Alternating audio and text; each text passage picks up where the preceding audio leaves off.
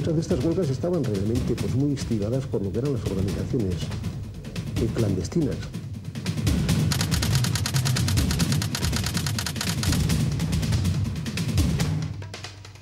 Eres aquella radio bat, Radio Euskadi, bekatu zuten.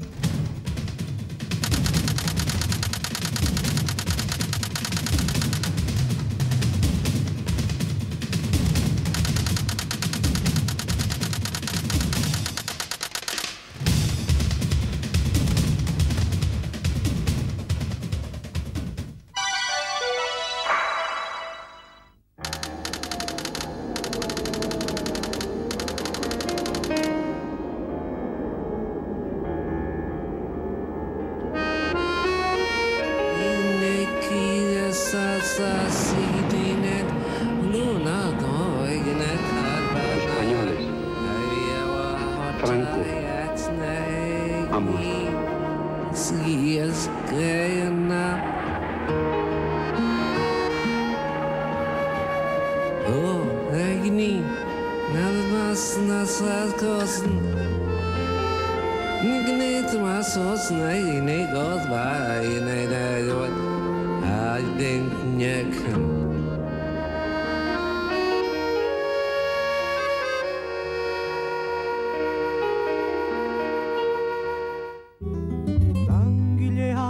...1969 está marcado en Euskadi por el estado de excepción y, sobre todo, por un intenso movimiento huelguístico que se prolongará durante todo el año. En este periodo aumentará notablemente el número y la intensidad de las huelgas.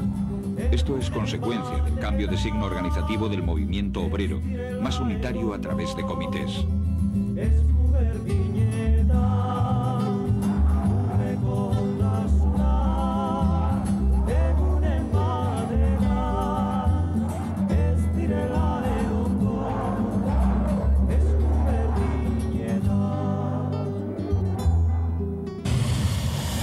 ...1969... El movimiento huelguístico vasco se inicia en las empresas grandes de la margen izquierda de la ría de Bilbao, extendiéndose luego a empresas pequeñas y medianas que provocan en los trabajadores implicados la conciencia y práctica de saberse incorporados al movimiento obrero.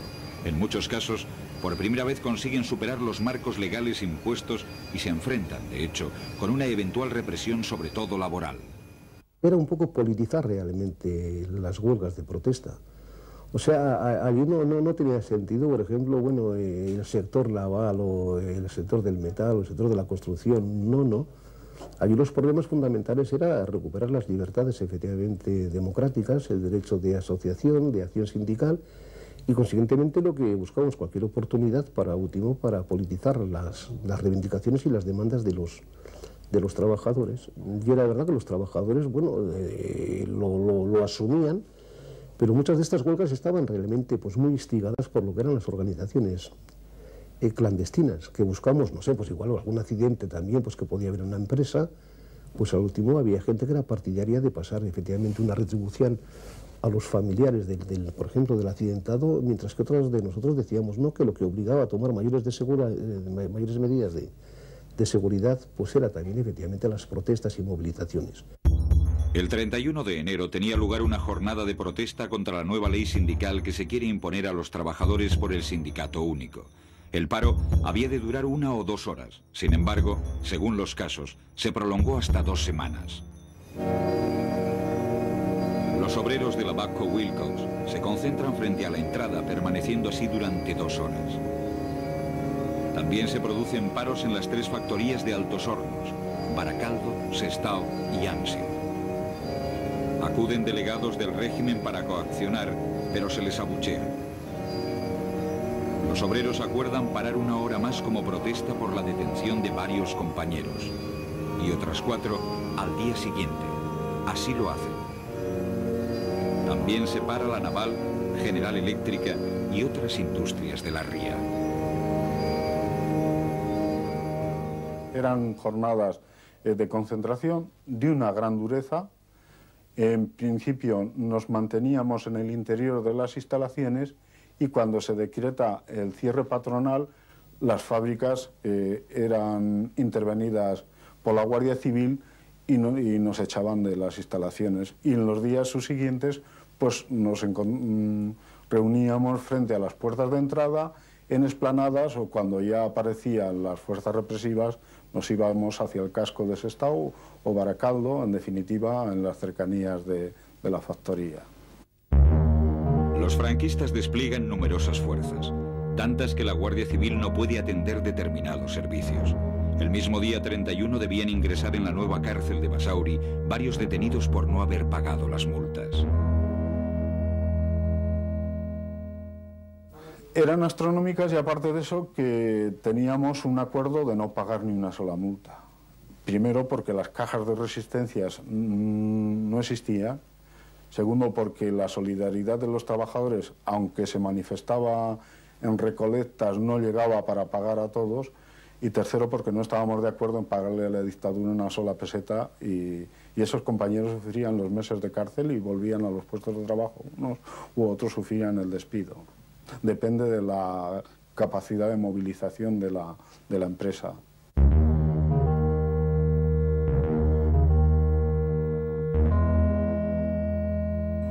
En Eibar paran 3.000 obreros, a pesar de la confusión causada por una radio de París que el día 30 da por suspendida la jornada de protesta.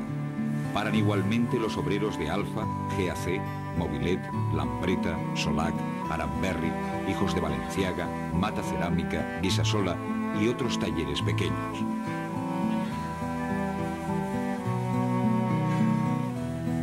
En Vizcaya se practican numerosas detenciones. El International Herald Tribune afirma que había habido disparos en Bilbao. El mismo periódico informaba que por orden superior se había ordenado el cierre de la factoría más importante de Vizcaya. Al día siguiente, Le Monde hablaba de la extensión del paro a varias factorías de Vizcaya y de Eibar en señal de protesta, y se daba la cifra de 46.000 huelguistas. El mismo periódico anuncia el 7 de febrero que miles de obreros siguen la huelga en Bilbao, donde aumenta la tensión. Corre el rumor de la muerte de uno de los sacerdotes detenidos, pero no se confirma. El Daily Telegraph, de la misma fecha, decía: el País Vasco ha sido siempre un centro de oposición al gobierno totalitario.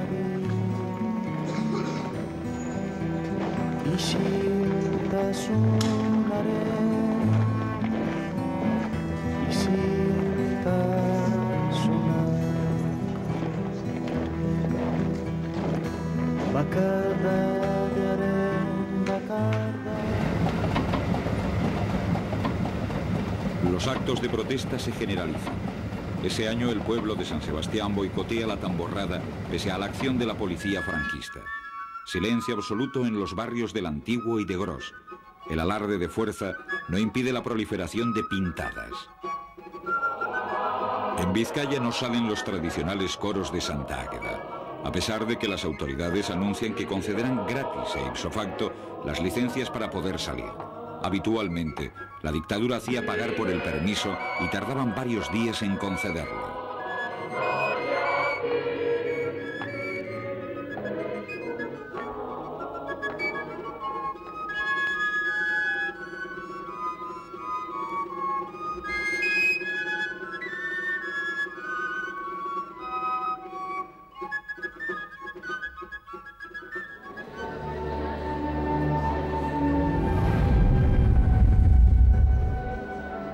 Las protestas por la situación se van extendiendo a sectores tradicionalmente cercanos al régimen, como la jerarquía católica. En una carta pastoral publicada en euskara y en castellano, Monseñor Argalla, obispo navarro de San Sebastián, critica el estado de excepción prolongado al que está sometido desde hace 6 meses Guipúzcoa. Observa el prelado que esta situación tiene por consecuencia detenciones y deportaciones, despido de obreros, graves sufrimientos, desórdenes económicos y profesionales. El 25 de abril es detenido y puesto a disposición de la autoridad militar el canónigo José Ángel Ubieta, vicario general de la diócesis de Bilbao, en lo que constituía un hecho sin precedentes. Se le acusa de complicidad con los miembros de ETA. El número de sacerdotes puestos a disposición de ese tribunal militar en aquellos días por los mismos motivos se eleva a 6.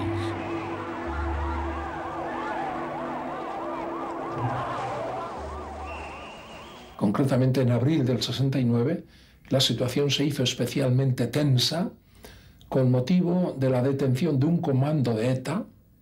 ETA había nacido hacía poco, que fue detenido en Santander, el pueblo de Mogrovejo, cerca de Potes, y se descubrió un piso franco en Bilbao. En aquellos líos, uno de los etarras que huía mató a un taxista. Fueron detenidas muchas gentes, entre otros 3 sacerdotes, alguno de los cuales había hablado con el vicario general, que era José Ángel Ubieta, y cosa que no ha pasado en la historia desde hace siglos, el gobierno de Franco me detuvo y metió en la cárcel a mi vicario general, que era la suprema autoridad en la diócesis después que yo. Hay una frase también que recoge, una pregunta que recoge yo creo que la interpretación que se daba desde la postura de la policía y desde, bueno, pues desde el sector militar. Si yo, como autoridad reconocida por el Concordato, no tenía que colaborar con la autoridad civil y militar para bueno, pues ayudar a detener a un presunto delincuente. Esta era la cuestión un poco de fondo, ¿verdad? Claro, para mí era una cuestión evidente que el puesto que nosotros teníamos, ¿verdad?, lo mismo el obispo que yo, no era... Hay muchas maneras de colaborar, pero de ninguna manera teníamos, por nuestra función pastoral propiamente, el delatar a un delincuente o el ayudar con toda la complejidad política que esto tenía, y en aquella situación, el ayudar a detener a una persona en esas circunstancias, nunca me había pasado por mi conciencia esta posible colaboración. Pero refleja, de alguna manera, la mentalidad de quienes, bueno, me detenían. El 30 de mayo, 5 sacerdotes vizcaínos inician en las oficinas del Obispado de Bilbao una huelga de hambre. Son estos: Jon Amuriza, Alberto Gavicagoge Ascó, Josu Naverán, Nicola Tellería y Julen Calzada. Firman un escrito dirigido al ministro de Justicia, a la Cruz Roja Internacional, a la ONU y al obispo Zirarda, en el que denuncian la ley de bandidaje y terrorismo, las torturas y la opresión y violencia sufridas. Geroago komentatu zia zergaitik, kondena gogorraiek eta zergaitik izan dute ziren konkretuki. Bentsat, arrazoi bi aurkitzen ditugu. Bat, zigor eredugarri bat ezarri nahi izan zutela. Hortan behar bada epe laburrera izan zuten, eragina epe laburrera, nik gogoratzen dute momentu hartan, gure juizioan, zeuden 7 apaiz Katalunian, Barcelonan, seminarioan entzarratuta, gozegreban, solidaritatez. Eta kondena hura entzutean, bertan bera utzi zuten, eta joan ziren alde egin zuten handik. Eta gero, beste arrazoi bat izan zen Euskal Kleroaren mamua. Militarek esan zuten, ezin onar dezakegu kleroaren zati batek legetikat jardutea.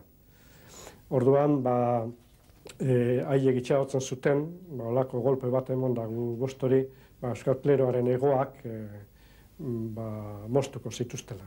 Eta ganera, une hartan, konbentzituta zegoela nik uste dut gobernua, Etarekin amaitu zuela, alako erorketaren ondoren, eta nahi zuen amaitu edozain resistentziarekin eta herriko kontestazioarekin.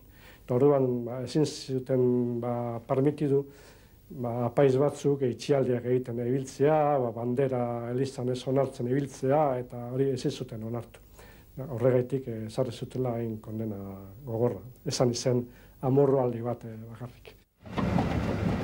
Le Monde inserta el 23 de febrero un despacho de su corresponsal en Madrid, diciendo que al regresar de Pamplona, don Javier María Pascual Ibáñez, director del periódico carlista El Pensamiento Navarro, había sido detenido y confinado en Segovia. Su delito: haberse entrevistado en territorio francés con el príncipe Carlos Hugo de Borbón-Parma, quien, al igual que su padre y otros miembros de la familia, serán expulsados de España por orden del gobierno. Un sector del carlismo que había constituido uno de los pilares de la dictadura, pasaba definitivamente a la oposición. En la concentración carlista de Montejurra de aquel año se producen serios incidentes. La deportación del periodista no es más que un primer paso hacia su total defenestración en la dirección del diario.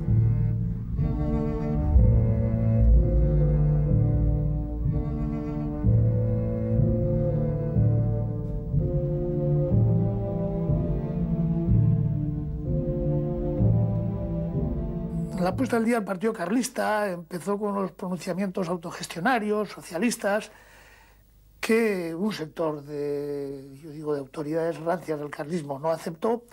Hubo unos enfrentamientos muy fuertes porque Javier María Pascual tuvo una postura muy valiente en el periódico, es más, hizo revivir el periódico, pero hubo algún manifiesto de la OAC, que fue el único periódico que la publicó, clausuraron el periódico, y entonces hubo ya un enfrentamiento entre los consejeros y el director. Pero las deportaciones afectan sobre todo a los dirigentes de la oposición interior. El 12 de marzo, por decisión gubernativa, amparándose en el estado de excepción, se procede a la detención en Guadalajara y a la deportación a Atienza del ingeniero bilbaíno Juan de Ajuriaguerra.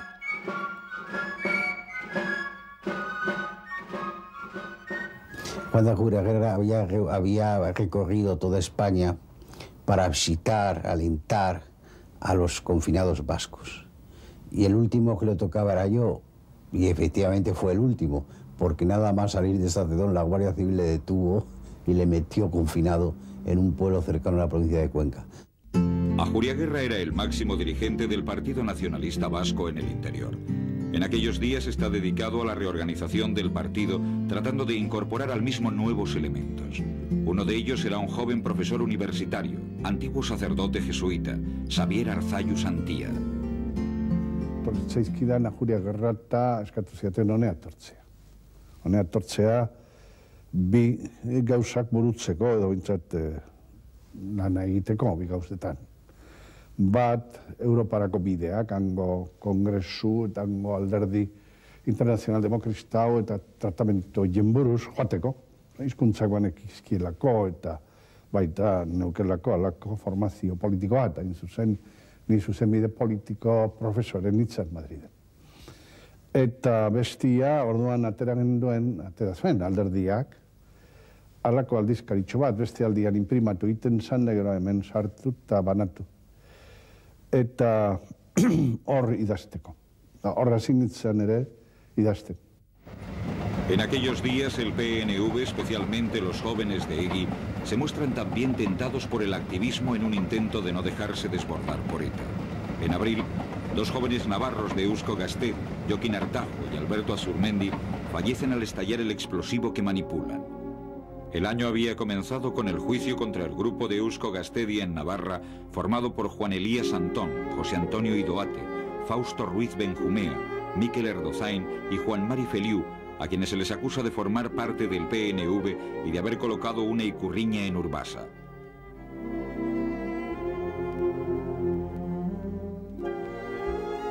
Por ejemplo, después de esto, cuando volvió a estar en la cárcel, porque claro, también había estado con este lío, pues fue precisamente en una movida que había en Urbasa, de la OAC, era todo a nivel de Euskal Herria, que se concentraba en las campas de Urbasa y nosotros les preparamos la bienvenida. En el puerto hay un gran acantilado y a la noche pues descolgó hay una gran icurriña para recibirles, como quien dice, ¿no? Pero ahí hubo una caída de parte del grupo que lo puso y a partir de allí una carambola, la cual también pues tuvo que al final cayó, fui también detenido. El Aberri Eguna de 1969 fue conocido como del silencio. La prensa vasca del exilio resaltaba que tanto en Donostia como en la región guipuzcoana fueron rigurosamente seguidas por los demócratas vascos las directrices del gobierno vasco y de su consejo delegado relativas a la abstención absoluta. Calles y plazas ofrecían un impresionante espectáculo de vacío. A pesar de ello, la represión no observó abstención alguna.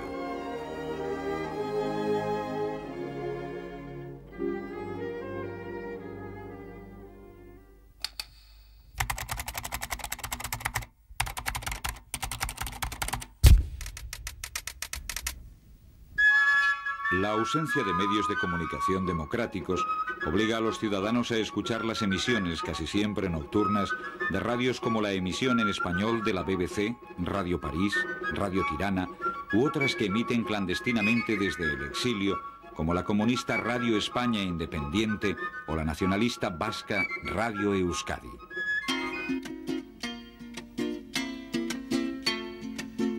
En 1969, Venezuela era la capital del exilio vasco. Las principales fuerzas políticas y sindicales y el gobierno de Euskadi tienen aquí una de sus principales fuentes de financiación, además de ser un importantísimo centro de propaganda.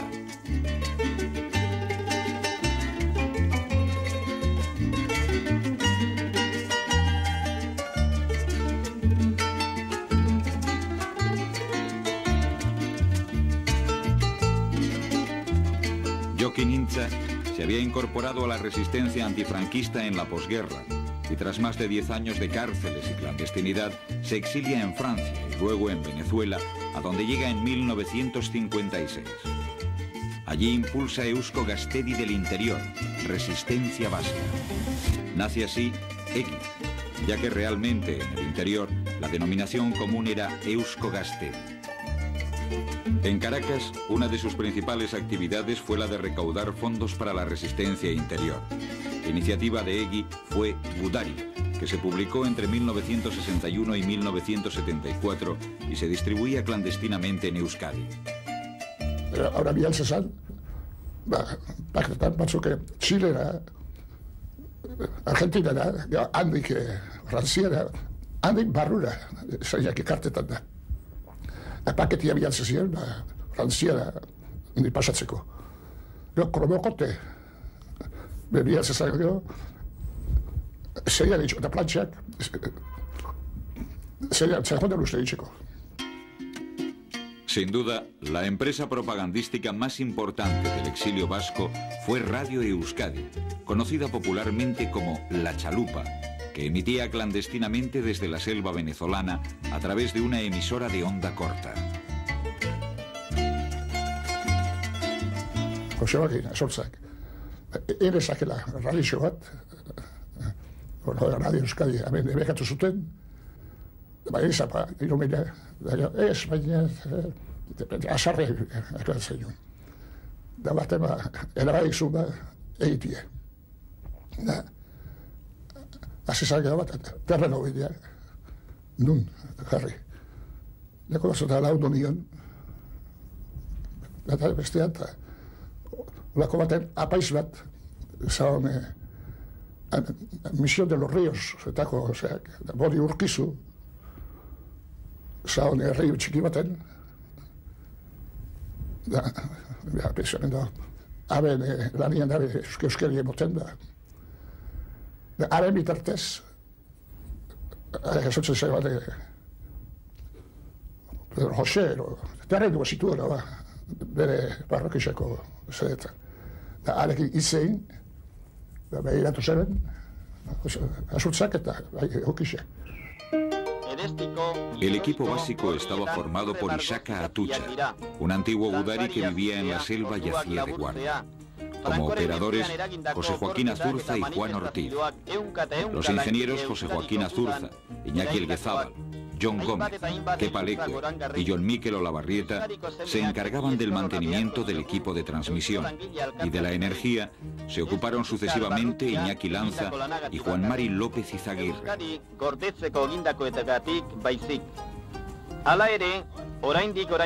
El programa se grababa en Caracas. La base de este programa estaba formada por una sintonía de identificación, una sección de historia vasca, euskera y noticias. Ara egia, entzuleak nagusi aberatzak euskarin beldur zioten gehienak abertzaletasunari, Aranagoirik berak langileen eskubideen alde egindako deklarazioengatik, eta geroago Eusko Langile Elkartasunak egindako lanagatik. Gaurko lelo hauek, burgestaz, abertzaleok eta Eusko Langile Elkartasuna jarri nahi dutenak, naita edo nahi La gabe... cinta a la que llamaban El Talo era llevada diariamente a la estación por Miguel Briceño, que se la entregaba a Ishaka Atucha. Susmur zitalak nahi dituzte zabaldu, baina hemen gaude zutinikan egiarekin. Gure egia ari gera lau haizetara zabaltzen. Euskadiren askatasunak ekarriko dizkigu dizkera, hobea eta eskubide sendoagoak langileentzat eta zuzentasuna bizitza hartu eman guztietan. Gora Euskariko langileak, gure eskubide eta lege zuzenagatik esan dezagun guztiok, aurrera. Euskadi Irratiak Euskariko gertakizunen berri emango du. Egia zabalduko du. Una vez más, fue Jokin Intza, el alma de la empresa y el encargado de conseguir los fondos a través de rifas, venta de todo tipo de objetos, donaciones, sablazos y sobre todo, las quinielas.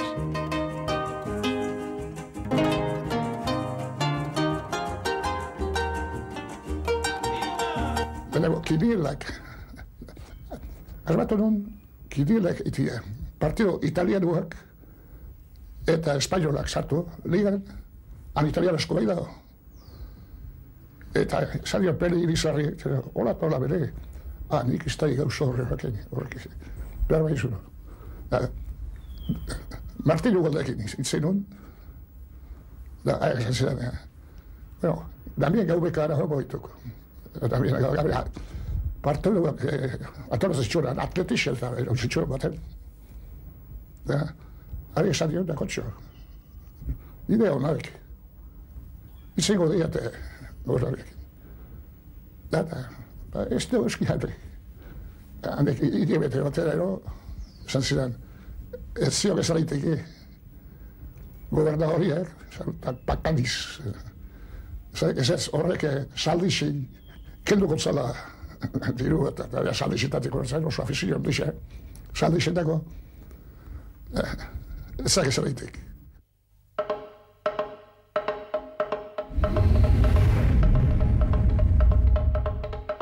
En los 6 primeros meses de 1969, la policía lanza una ofensiva general contra ETA. Las detenciones se multiplican. Algunos de los capturados serán incluidos en el sumario del juicio de Burgos.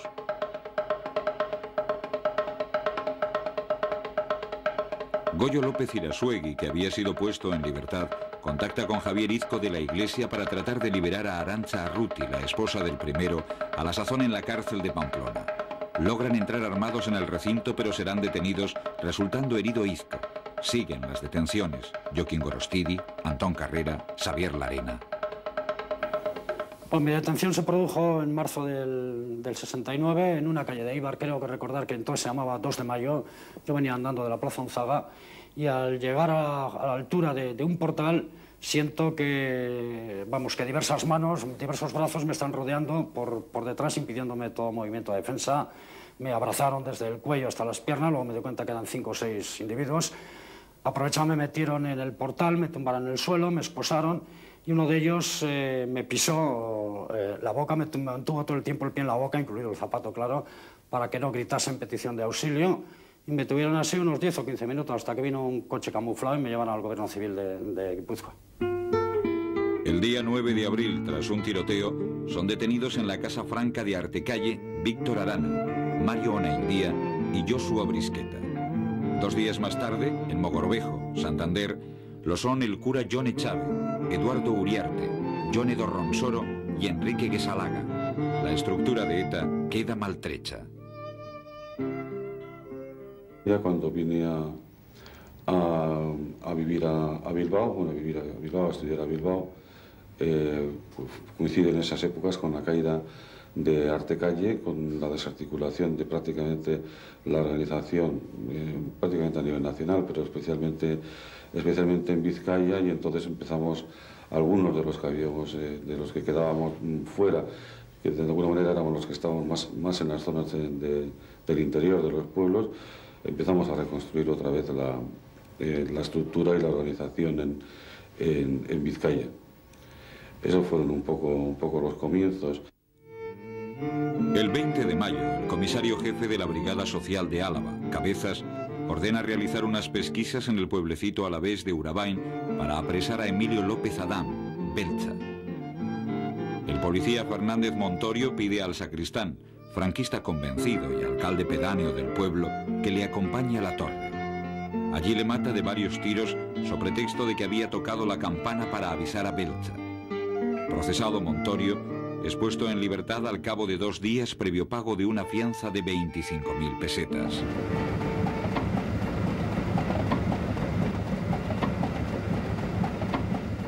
Polizia joan zen nire bila ondoin herri txiki batera gure familiak baseukanan etxea. Eta ez dakit nundi burutu zitzaian ni hor esango nintzela, heldu ziren. Eta kanpanero gaixoak zera bezperak jotzera, igon zen Andorrera, pesatu zuten seinalea zela edo eta garbitu egin zuten. Oso gauza itxusia ba. El mes de junio, al intentar escapar del cuartel de Garellano en el que estaba detenido, José Orbeta es herido de disparos junto a Lucas Rodríguez, conductor del coche en el que huían.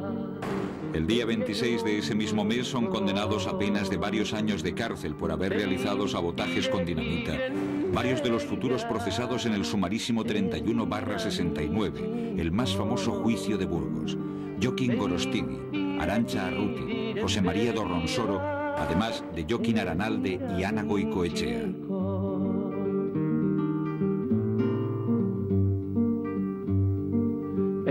Askatu diren mingainak ez dira lotuko.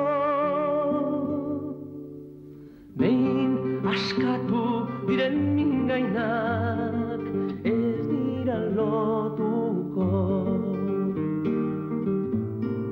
El día 5 de octubre, un consejo de guerra condena a José María Dorronsoro, Josu Ibarguchi, Koldo Aizpurúa y Francisco Jaca a 20 años de cárcel por la colocación de un explosivo el 29 de abril de 1968 en la corresponsalía en Eibar del periódico bilbaíno El Correo Español.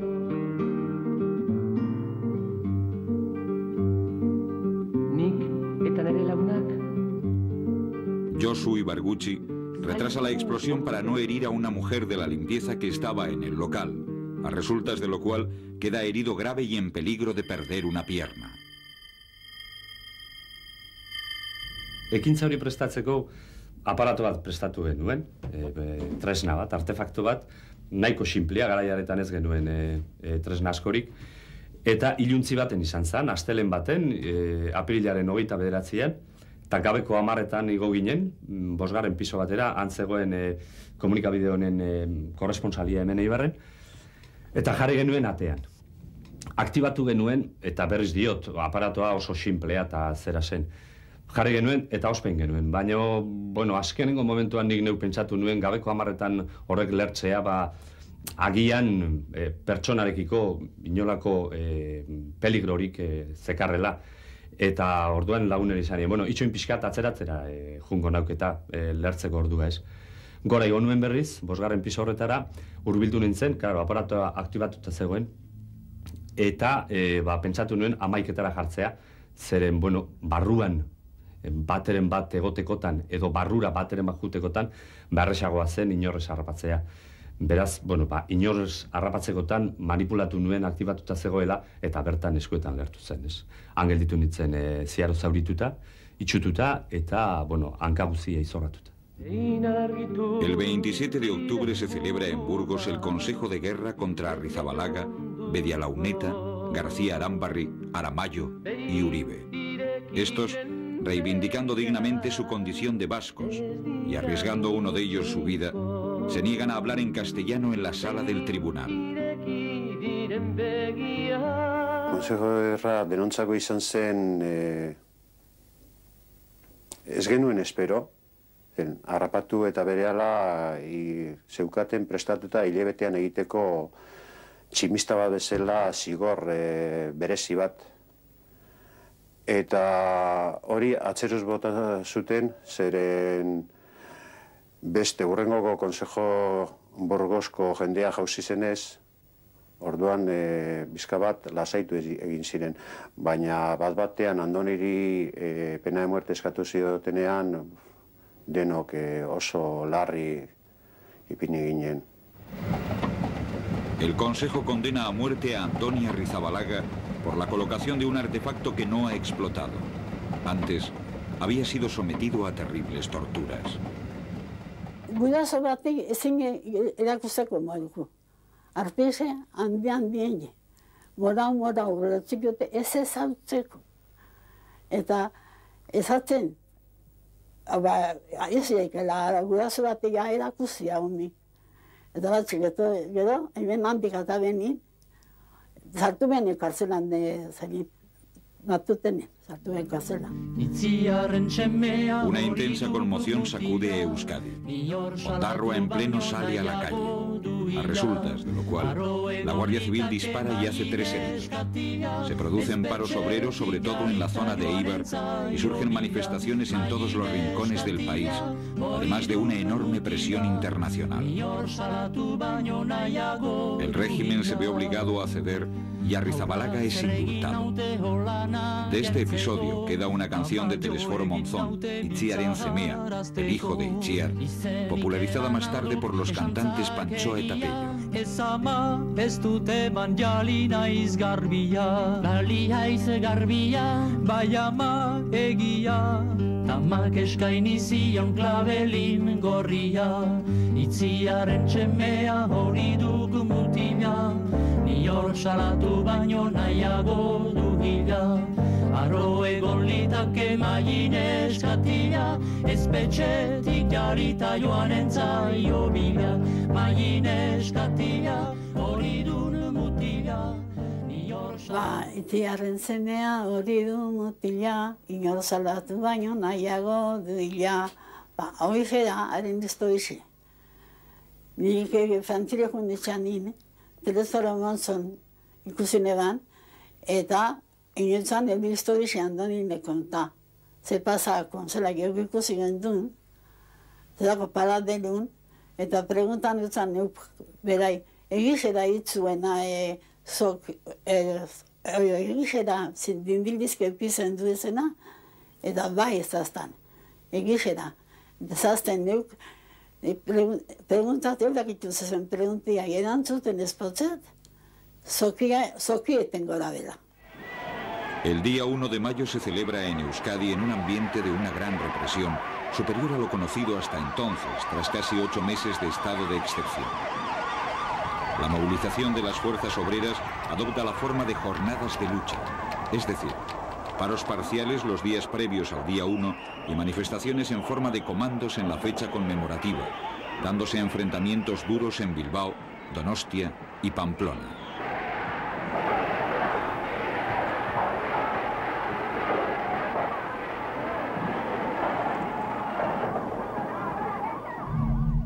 En Navarra, donde la presencia de las fuerzas antifranquistas es menor, se empiezan a detectar síntomas de que la situación va a cambiar. 1969 es el año en que van a estallar 2 importantes conflictos laborales que marcarán una pauta en el desarrollo del movimiento obrero navarro y en la consolidación de las fuerzas de izquierda en la provincia. El 17 de mayo comienza la primera huelga en Superser como consecuencia de la decisión unilateral de la dirección de la empresa de modificar el sistema de tiempos utilizado en la fabricación de frigoríficos.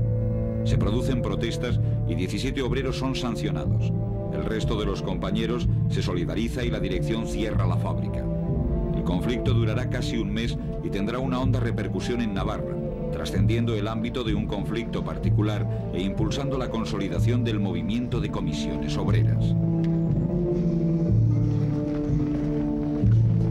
Estas primeras luchas del movimiento obrero navarro promueven la solidaridad y hacen ver a los trabajadores el papel del sindicato vertical, totalmente alineado con la patronal y al servicio del gobierno franquista.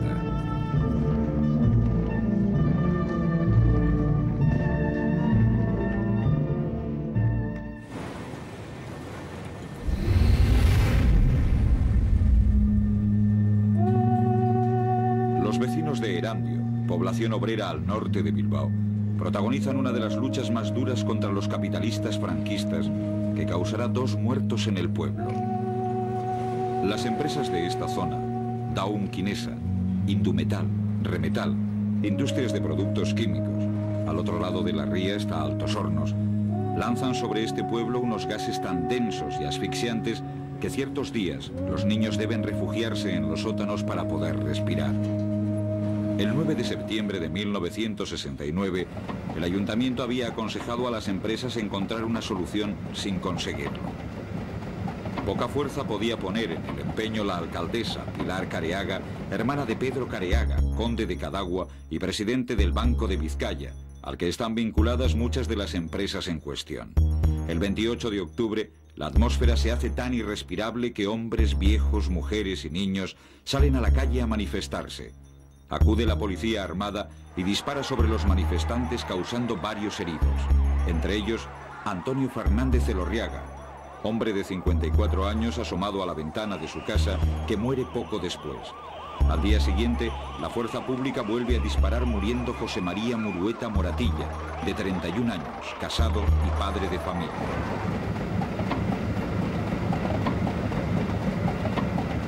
La prensa franquista se apresura a dar una versión maquillada de los hechos.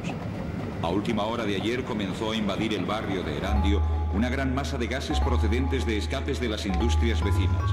Hubo un momento en el que la atmósfera se hizo prácticamente irrespirable y apenas si se veía a 1 metro de distancia. Seguían otros párrafos en los que de lo ocurrido se daba únicamente la verdad oficial. Según esta, se acusaba al vecindario de manifestación, de insultar y de apedrear a la fuerza pública, y se decía que ésta, al hallarse prácticamente acorralada, hizo uso de sus defensas.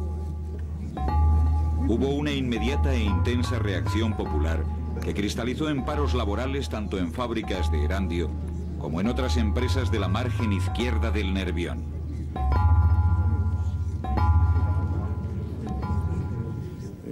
Movimientos sociales hicieron manifestaciones en protesta y una solución a aquella situación de contaminación.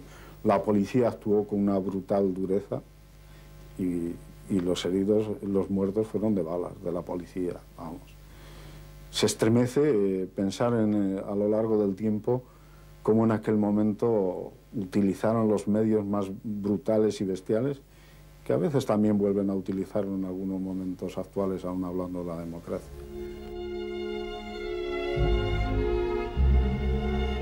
La agencia de prensa Europa Press anuncia que en Pamplona, y como señal de protesta por la muerte de Murueta, se desarrollan 2 paros, uno de 15 minutos por parte de los 248 trabajadores de embutidos y conservas Mina y otro en Imenasa durante media hora.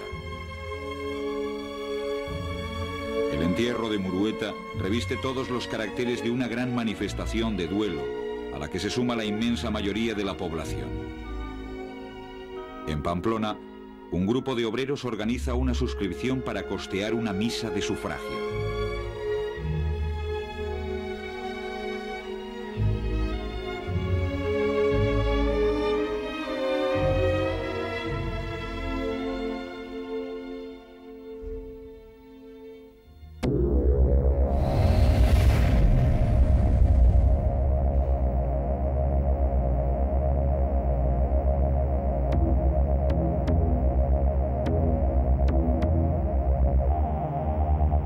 Se estaba trabajando en unas condiciones pésimas, bastante malas, bastante malas.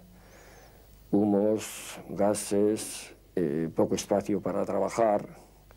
Y entonces, pues como he dicho antes, iba creando, creó un ambiente ya de inquietud que empezó a explotar esto pues en el 68, en septiembre del 68 hicimos unas manifestaciones delante de la fábrica en protesta de esto, sobre este particular, y a partir de ahí, pues como la empresa sí daba buenas palabras, pero luego a la hora de la verdad, pues no tomaba cartas en el asunto, siempre se limitaba a petachos, no a reformas profundas para eliminar los riesgos y los gases que había.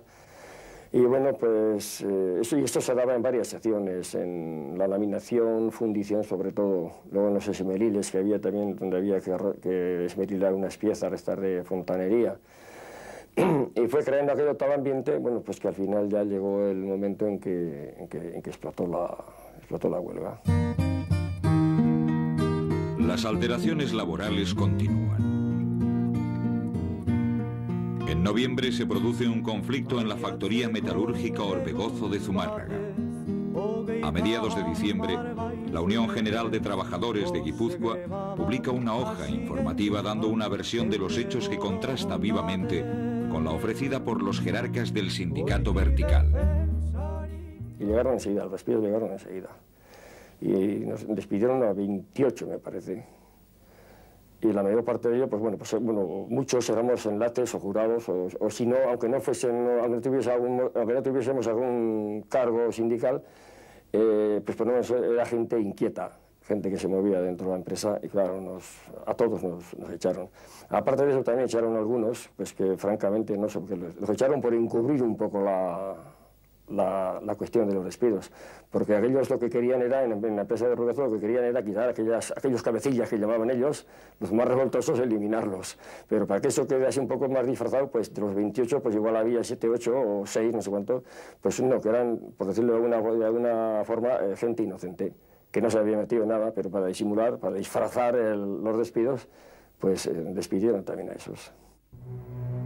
Durante los servicios religiosos celebrados el sábado y el domingo en todas las iglesias de Guipúzcoa, los sacerdotes oficiantes leen una carta pastoral del obispo Monseñor Argaya, invitando a los fieles a entregar un óbolo en beneficio de 3.000 obreros que se encuentran sin trabajo. Naturalmente, todos piensan en los de Esteban Orbegozo Sociedad Anónima. A partir de este momento, en el ámbito católico y eclesial, la punta de lanza de este movimiento coincide con la negativa a formar parte de unas estructuras eclesiásticas subordinadas al franquismo y en las que reina la opresión. El movimiento de radicalización se desplaza hacia la formación de comunidades cristianas de base. Estas surgen en la margen izquierda y sobre todo en Ondarroa, donde cuentan con un intenso apoyo popular y no reconocen la autoridad del obispo Zirarda. Este, como medida de represalia, decide el traslado del cura de Ondarroa, Imanol Orue Mazaga. Las detenciones de aquellos días son el primer ataque frontal y masivo del régimen franquista contra la fuerza y el arraigo popular del movimiento eclesiástico gogo.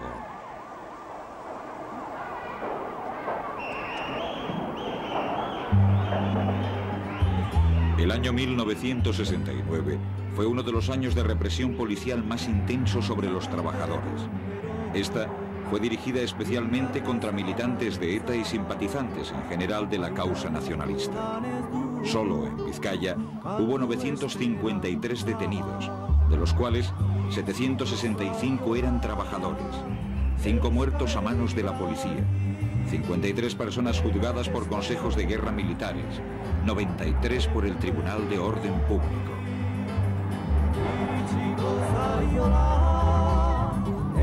Sin lugar a dudas, toda esta represión facilitó la politización de reivindicaciones de origen puramente económico. Ayudó al conocimiento mutuo, vía prisión, entre militantes del movimiento obrero y militantes de la causa nacionalista. Y por último, impulsó respuestas contundentes ante acciones represivas de cierta envergadura.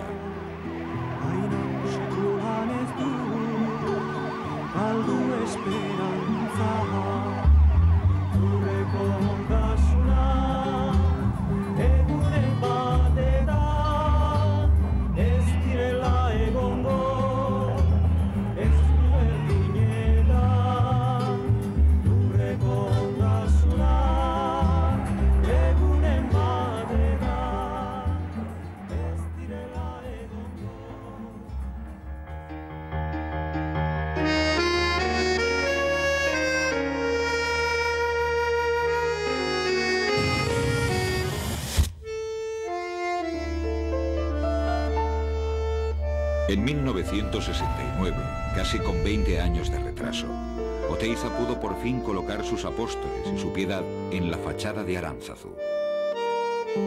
Ya lo había advertido en el año 50, cuando le adjudicaron por concurso la estatuaria de la basílica. Oteiza dijo entonces que su obra corría el riesgo de no ser correctamente entendida por todos. Sus apóstoles, según explicaría el genial escultor, están abiertos en canal y aparecen vacíos porque han puesto su corazón en los demás. Este autosacrificio es su santidad común y su verdadera y cristiana identidad. Las autoridades eclesiásticas de la época efectivamente no lo comprendieron así. La monumental obra vanguardista de Aránzazu había nacido en el 50 por la iniciativa de un franciscano, el padre Lete, que quería que la basílica tuviera los caracteres de robustez y sencillez del pueblo vasco. No dudaron entonces en convocar a los artistas de la vanguardia artística vasca.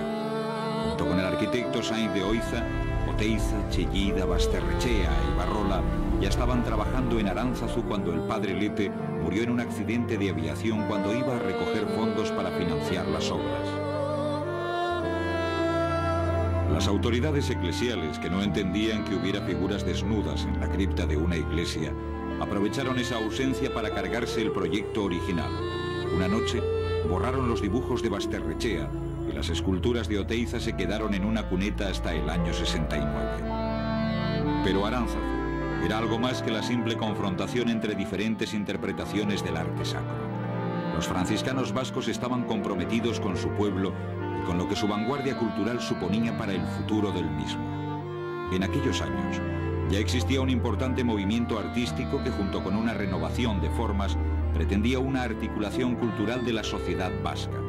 Era la Escuela Vasca de Arte, movimiento liderado en un principio por Jorge Oteiza, al que se sumaron la mayoría de los artistas de las 4 provincias peninsulares. En Guipúzcoa se llamaron Gaur, Hemen en Vizcaya, Orain en Álava y Danok en Navarra. Los manifiestos de estos grupos reclamaban un doble objetivo: el reconocimiento de la labor del artista y la puesta en marcha de centros de enseñanza y divulgación que potenciaran un movimiento de vanguardia comprometido con la realidad sociopolítica que vivía el país. Pero ni las autoridades del momento estaban interesadas en potenciar ninguna escuela vasca, ni la pluralidad ideológica de los artistas ayudaron a centrar y coordinar tantos esfuerzos.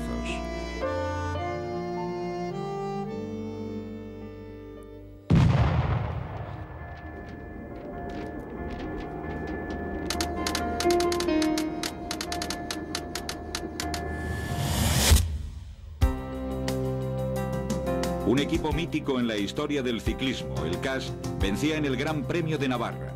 En aquellos días el conjunto vasco estaba entre los más grandes del mundo. La plantilla del Athletic de Bilbao, que de sus 56 partidos perdió solo 7 y se hizo por enésima vez con la Copa, fue obsequiada con una comida y un sobre de 30.000 pesetas para cada jugador. La temporada se liquidó con 1 millón de pesetas de superávit y el presupuesto para la próxima era de 68 millones. Inauguración de la Catedral de Vitoria-Gasteiz con presencia del Cardenal del Acqua, legado pontificio de Pablo VI. Franco preside los actos. La nueva catedral es de estilo gótico. La primera piedra se colocó en 1907, pero las obras estuvieron 32 años suspendidas por falta de dinero. La nueva catedral responde al proyecto que ganó el concurso y cuyos autores eran el vitoriano Julián Apraiz y el sevillano Javier Luque.